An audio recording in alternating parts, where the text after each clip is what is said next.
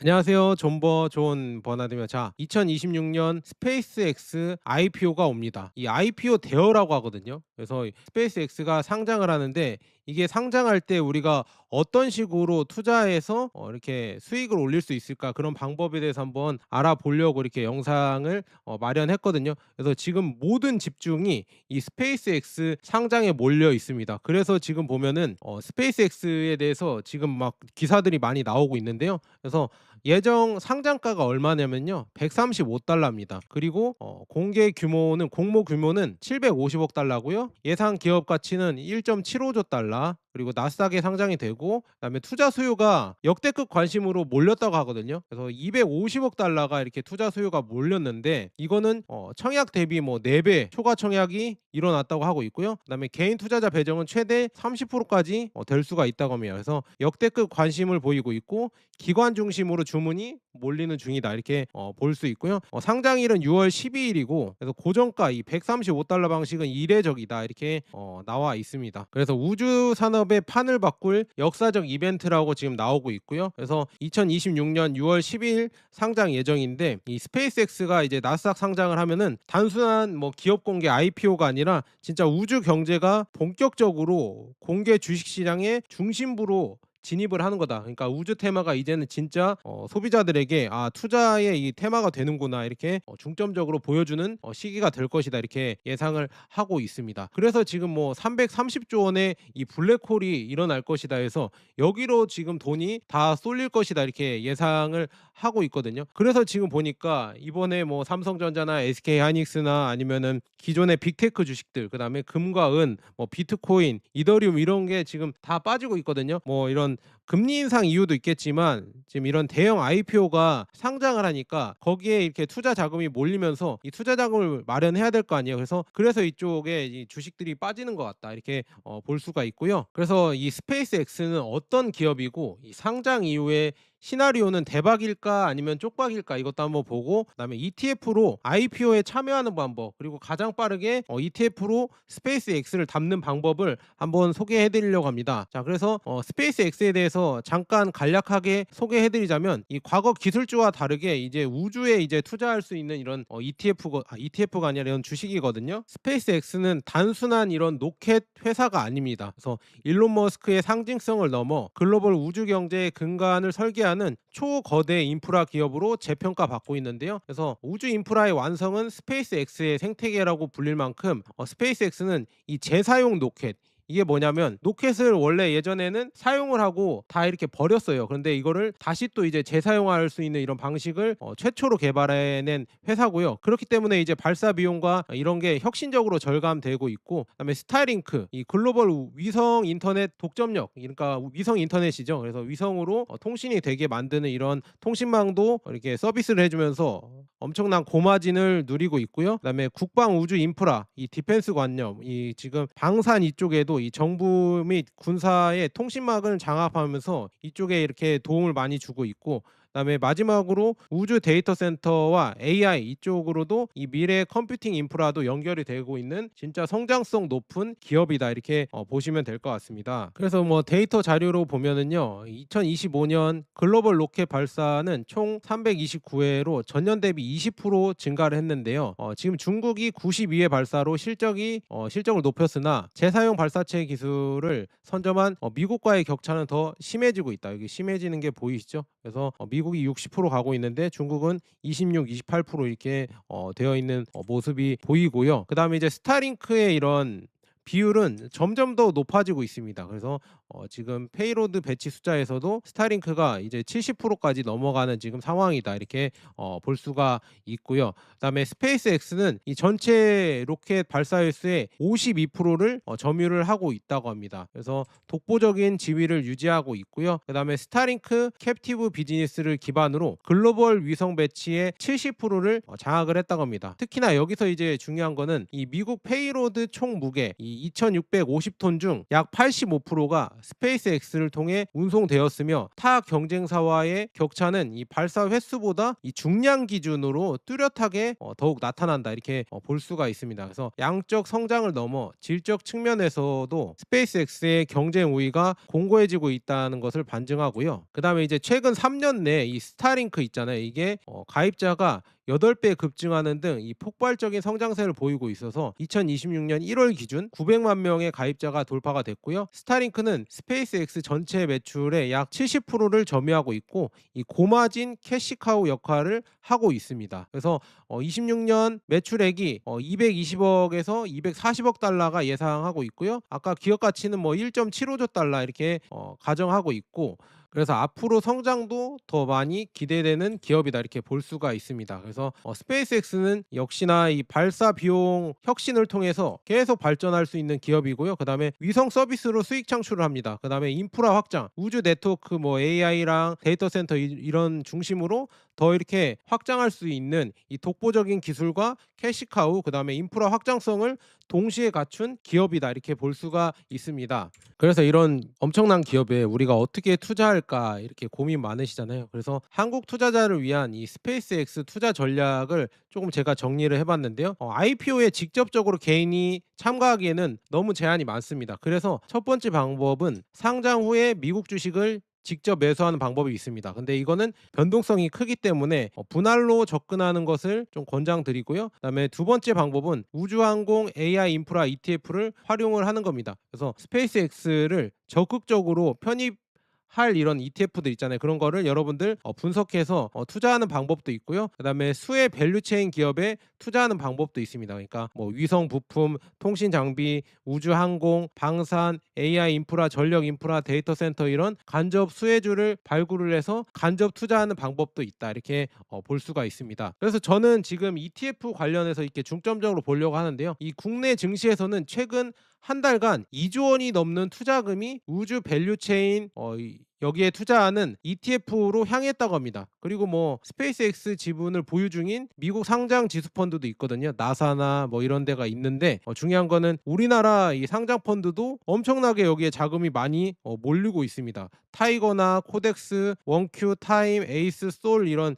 미국 우주 테크 액티브 ETF들이 지금 상장돼 있고요. 그다음에 시가총액은 진짜 많이 이렇게 엄청난 규모로 몰려 있다 이렇게 볼 수 있고요. 지금 최근 또 거래량을 봤을 때도 거래가 지금 활발하게 되고 있는 ETF가 이 우주 테마 ETF다 이렇게 볼 수가 있습니다. 그래서 이 우주 테마 ETF들은 이 운용사별로 상장 이후에 빠르게 최대 비중 이 스페이스X를 담겠다 이런 각오를 다지고 있는데요. 그래서 역시나 이제 우주의 주인공은 스페이스X니까 이쪽을 얼마나 담느냐 이 전략이 지금 뭐 투자자들에게 가장 관심을 받고 있다 이렇게 볼 수가 있습니다. 그래서 이 편입 방식을 국내 상장한 우주 관련 테마 ETF를 정리를 다 해봤거든요. 이거는 여러분들 한 번씩 보시고요. 그래서 제가 중점적으로 볼 내용은 이겁니다. 그래서 스페이스X의 상장에 따른 이 우주항공 ETF 편입 지수 방법론인데요. 대표적인 기업 3개, 이 3개 운용사를 보면서 한번 분석을 해보도록 하겠습니다.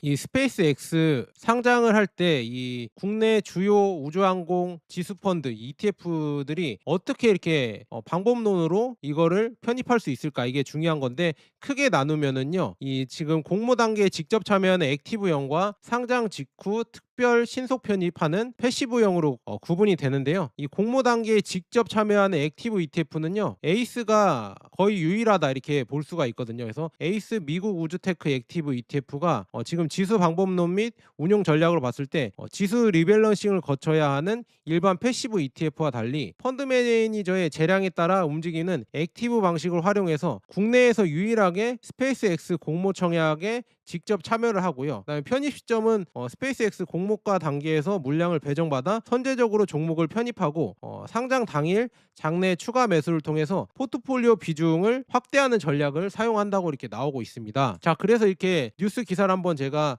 검색해서 가져왔는데요. 지금 보니까 26년 6월 4일 스페이스X IPO에 참여한다고 에이스에서 이렇게 발표를 했고요. 공모 과정에서 배정받은 스페이스X 주식을 에이스 미국 우주 테크 액티브 ETF와 한국투자 글로벌 우주기술 앤 방산펀드 여기에 나눠서 편입할 예정이라고 보도했습니다. 그래서 연합인포맥스 보도에서는 국내 운용사 중 유일하게 스페이스X IPO를 참여를 한다 이렇게 공식화를 했습니다. 그래서 여기에서 참여를 해서 배정을 받을 거 아니에요. 그래서 그 배정받은 물량을 에이스 미국 우주테크 액티브 ETF에 배정을 하고 그 다음에 좀 모자른 비중은 최대 25%까지 상장 당일날 추가 매수를 통해서 확보를 하겠다 이렇게 볼 수가 있습니다. 그 다음에 이제 패시브 ETF의 이 지수 방법론은 어떻게 됐는지 이렇게 한번 보려고 하거든요. 그래서 타이거 미국 우주테크 이 미래세 자산운용에서 하고 있는데요. 지수 방법론은 쭉 보니까 이 상장 즉시 스페이스X가 상장 즉시 1에서 2 영업일 이내 포트폴리오의 최대 비중 25% 비중으로 편입하도록 지수 규칙이 설계되었다고 하고요. 코덱스 거는요. 쭉 보니까 이 비상장 우주 유망 기업이 상장될 경우 정기 리밸런싱 시기와 무관하게 신속하게 담을 수 있는 특별 편입 전략을 지수 방법론에 반영했습니다. 그래서 상장 직후 시장 상황에 따라 수시 편입을 진행할 수 있다고 나와 있고, 그다음에 솔은 이 미국 우주항공 탑10 이 솔은 지수 방법론이 1 영업일 내에 자동 수시 편입되도록 구조화되었다고 합니다. 그래서 순서로 따지면 코덱스가 1등이고요. 그 다음에 2등이 솔, 그다음에 3등이 타이거다. 이렇게 패시브 ETF 중에는 이런 순서로 보시면 될 것 같습니다. 그래서 중요한 차이점이 뭐냐? 타이거 코덱스는 이 기본적으로 스페이스X가 상장된 후에 지수 편입 또는 특별 편입 방식으로 담는 구조에 가깝고, 에이스는 공모 단계부터 참여를 해서 공모가 물량을 ETF에 배정받을 수 있다는 점이 차별점이 있습니다. 차별점이 있고요. 그래서 중요한 거는 더 이렇게 빠르게 대응하는 이런 ETF가 에이스 미국 우주테크 액티브 ETF다 이렇게 볼 수가 있습니다. 그래서 여기서 지금 패시브 ETF와 액티브 ETF의 DNA 차이가 있거든요. 그래서 이게 장단점이 있어요. 패시브는 정해진 지수 추종을 하고요. 그다음에 명확한 규칙과 지수위원회 검토가 필수적이고, 그다음에 기계적이고 투명합니다. 근데 액티브는요, 이 운용력, 이 펀드 매니저의 판단이 개입되면서 유연하게 종목을 편입하고 비중을 조절하면서 시장 상황에 따른 민첩한 대응력이 있습니다. 그래서 어떻게 보면 액티브가 시장에 빠르게 이렇게 적응을 하면서 투자를 할 수 있는 장점이 있는데요. 단점으로는 이 명확한 규칙과 이런 검토가 조금 모호하다 이렇게 볼 수도 있는데요. 요즘은 제가 봤을 때는 액티브 ETF가 요즘 성과가 더 좋거든요. 그래서 운용력들의 능력이 지금 요즘 많이 커진 것 같아서 요즘 액티브가 대세가 되고 있습니다. 그래서 이런 여러 가지 판단을 해봤을 때 여러분들이 뭐가 좋냐는 이렇게 한번 판단해 보시고요. 저는 액티브가 요즘은 좀 많이 좋다 이렇게 말씀드리고, 그래서 패시브 ETF의 한계가 뭐가 있냐? 이 지금 여기 IPO 상장에서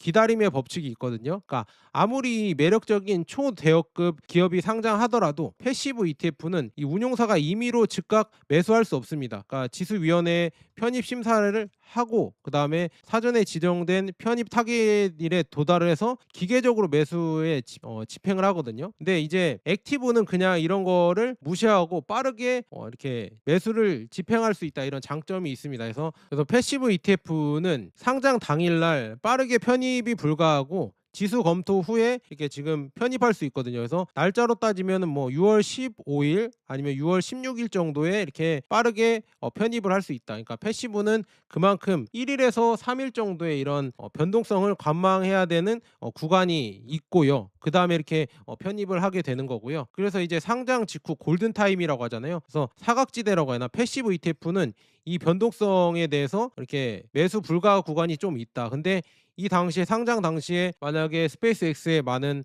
이런 자금들이 몰리고 관심이 몰리면은 더 많이 급등할 수가 있거든요. 근데 그런 급등 가능성에 대해서 이렇게 패시브 ETF는 어느 정도 포기할 수밖에 없다. 근데 이게 장점이 될지 단점이 될지는 이거는 미래는 알 수가 없으니까 그런 여러 가지 경우의 수를 판단을 해 봐야 되거든요. 근데 중요한 거는 패시브들은 기다려야 된다. 올라도 기다려야 되고 떨어져도 기다려야 된다는 이런 단점이 있다 이렇게 볼 수가 있고요. 그런데 여러분, 이 스페이스X의 고점 논란과 변동성 문제가 있거든요. 첫 번째로 역대급 규모의 자금 흡수입니다. 그래서 이 IPO가 750억 달러를 조달한다고 이렇게 목표를 하고 있잖아요. 그래서 이 정도 규모면 단순히 한 종목 상장이 아니라 시장 전체에서 자금을 빨아들이는 이벤트입니다. 그래서 일부 투자자들은 기존의 빅테크, AI 반도체, 성장주를 팔고 스페이스X 청약 또는 상장 후 매수에 들어갈 수가 있다. 그리고 두 번째에는요. 유통 물량이 적으면 급등락도 커집니다. 그래서 로이터는 스페이스X의 상장 초기 공개 물량이 제한적일 수도 있다고 보도를 했거든요. 그래서 유통 물량이 적고 수요가 몰리면 초반에 급등할 수 있지만 반대로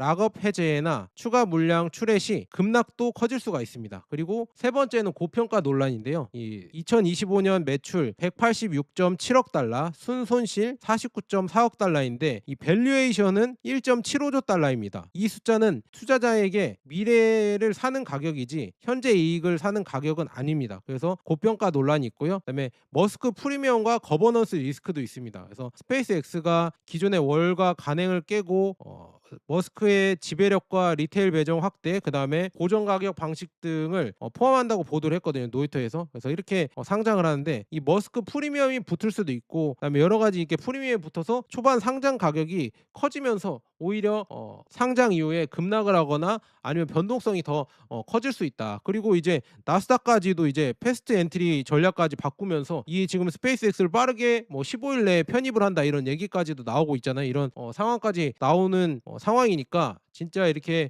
급락이나 급등이 이 변동성이 엄청나게 발생을 할 수도 있다. 이런 조금 단점이 있다. 이런 걸 알아봐야 된다 이렇게 말씀드리고요. 그래서 과거 이 IPO 광풍 이후에 시장은 어떻게 버텼냐 이게 궁금하시잖아요. 1999년 닷컴 IPO 광풍 때에는요. 지금 보니까 시장이 버틴 기간은 12개월에서 14개월 정도로 버텼다고 하고요. 그다음에 2007년 금융버블 후반에는요. 6에서 9개월 이렇게 버텼다고 합니다. 그다음에 2014년 알리바바 IPO 포함 대형 IPO 봄에서는 지금 약 9개월에서 12개월 정도 성공을 했고요. 그다음에 2020년, 21년 IPO 스펙 광풍 시장에서는요. 9개월에서 15개월 정도 버텼다. 그러니까 상장 당시에 지금 한 9개월 정도는 거의 이렇게 주가가 잘 가는 흐름이었다. 이런 관심도 받다 보니까 그런 흐름이었다고 하거든요. 그래서 핵심 패턴으로 봤을 때 IPO 광풍 직후 1, 2분기는 오히려 강세일 확률이 높습니다. 왜냐? 시장에 이렇게 관심을 많이 받다 보니까 그래서 이렇게 높은 가격에 팔 수 있다고 보고요. 그다음에 진짜 위험은 4분기 전후부터 가려진다.